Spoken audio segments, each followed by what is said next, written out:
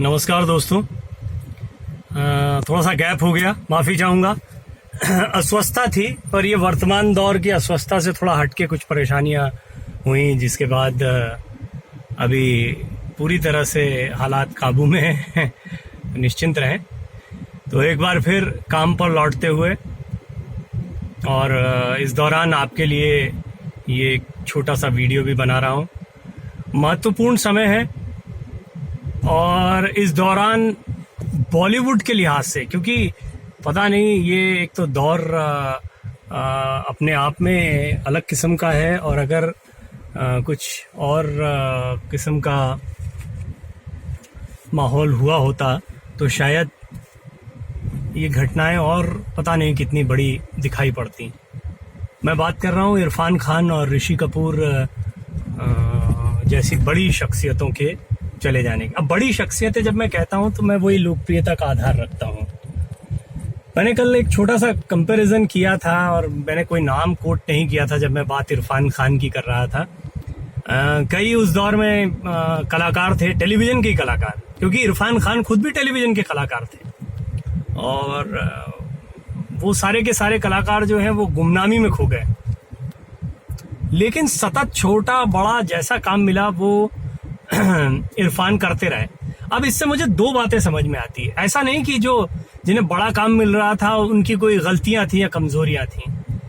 Life के मौके, मुझे जिंदगी को इरफान के जरिए समझने का एक बड़ा अच्छा अवसर मिलता है। इरफान वो व्यक्ति हैं जिनका जीवन हमें बताता है कि आपको छोटी छोटी अपॉर्चुनिटीज भी बड़ा बना सकती हैं। बेशक थोड़ा समय लगे, लेकिन आप निश्चित तौर पर काफ़ी सफलता हासिल कर सकते हैं। और उस समय पर जिनको बड़े रोल मिलते थे उनको बाद में छोटा मोटा काम मिलना भी मुश्किल हो गया, और वही इरफान खान जो थोड़ा सा परेशानियों में थे, वो इरफान खान जो हैं वो पूरी तरह से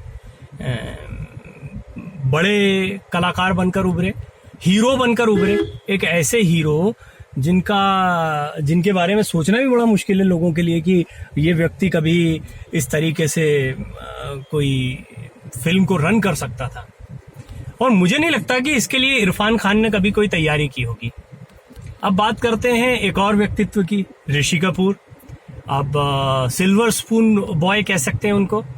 सबसे बड़े फिल्मी परिवार, जो कि एक खानदान जिसको कहते हैं, फिल्मी खानदान, उससे ताल्लुक़ रखने वाले ऋषि कपूर।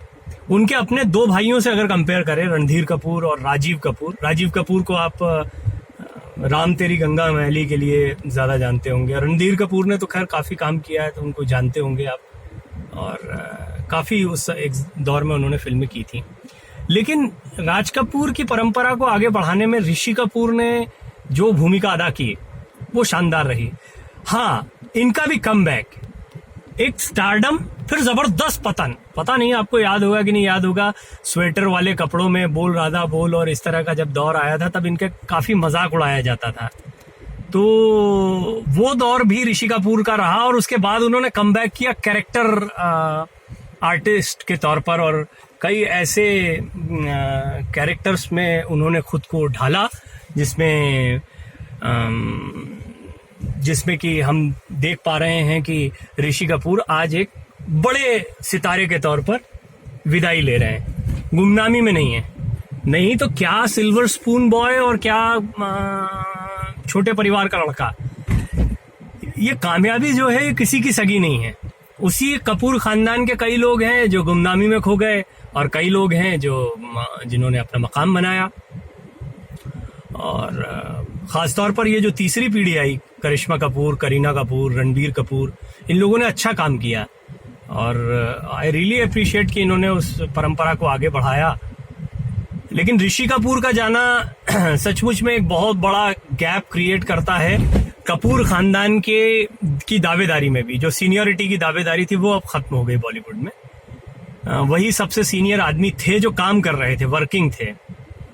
और क्योंकि शशि कपूर एक समय तक रहे, शम्मी कपूर साहब रहे, ये लोग फिर नहीं रहे, और उनकी राज कपूर के बाद इनकी दावेदारी बहुत समय तक चलती रही। राजीव कपूर, रणधीर कपूर बहुत पहले ही फिल्मों से विदा हो गए थे।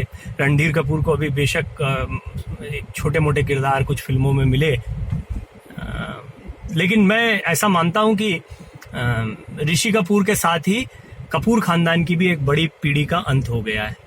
दो बड़े कलाकार गए हैं। अब अगर ओवरऑल बॉलीवुड के लिहाज से देखा जाए तो बॉलीवुड को सिखाने वाले दो कलाकार, एक उन परिवारों को सिखाने वाले जिनके बच्चे नाकाम हो जाते हैं कि वो किस तरीके से अपने आप को आगे बढ़ाएं, क्योंकि देखिए ज़्यादातर दावेदारी तो फिल्मी परिवारों की होती है और उनको वरीयता भी मिलती है, प्राथमिकता भी मिलती है। करण जौहर का स्कूल चल ही रहा है, यानी कि उनका जो प्रोडक्शन हाउस है धर्मा प्रोडक्शन, आप देखते ही हैं कि वो स्टार्स के बच्चों को लॉन्च करते हैं, उनका बिजनेस का मामला ही दूसरा है।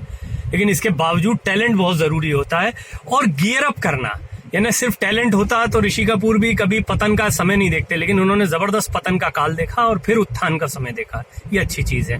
दूसरी तरफ इरफान खान है जिन्होंने पतन ही पतन का समय शुरुआत में देखा। पतन मतलब वो स्टारडम देखने को नहीं मिलता, ऐसा नहीं कि उनके अभिनय क्षमता में कोई कमी थी या लेकिन संघर्ष बेशक रहा होगा, उस समय का संघर्ष रहा होगा। समय लगता है, कंसिस्टेंसी चाहिए, अपने आप को मत खोइए, टूटिए मत, काम को निखारते रहिए और आपकी जो ओरिजिनलिटी है उसको बरकरार रखिए, बस इससे काम बन जाएगा। तो दो कलाकार गए और दो बहुत ही बढ़िया कलाकार जो कि जिंदगी को भी सिखाते हैं, जिंदगी के फलसफे को भी सिखाते हैं, ऐसे कलाकार गए हैं जिनका मुझे बहुत दुख है सचमुच में। और हालांकि काफ़ी इसको लेकर पॉलिटिक्स भी हुई, ऋषि कपूर थोड़ा कंट्रोवर्शियल भी हो गए थे ट्विटर और दूसरी चीज़ों पर उनकी एक्टिविटी, और फिर कंट्रोवर्शियल कमेंट्स को करना उन्हें नब समझ में आ गई थी क्या चीज़ें ट्रोल होती हैं, क्या चीज़ें ट्रोल करवाती हैं, तो उन्होंने उसका भी मजा लिया अपने अंतिम समय में।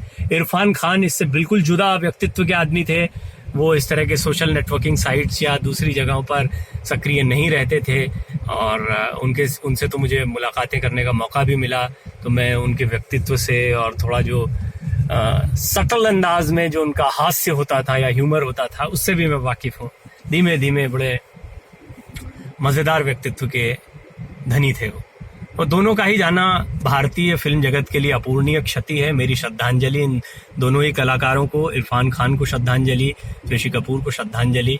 और सभी का व्यक्तित्व कुछ ना कुछ सिखाता है। जैसा मैं हमेशा कहता हूँ, ये किताबें हैं, किताबें, इन्हें पढ़िए, ये जिंदगियां नहीं हैं, ये किताबें हैं। और सच पूछिए तो कागजों पर उकेरे गए शब्दों से ज्यादा कीमती हैं ये किताबें। बहुत बहुत शुक्रिया। मैं भी एक बार फिर काम पर वापसी कर रहा हूँ और काम करता रहूँगा, चीज़ें आप तक पहुँचाता रहूँगा। आप इसको साझा करते रहें, इसी तरह अपना स्नेह देते रहें। बहुत बहुत धन्यवाद आपका, बहुत धन्यवाद।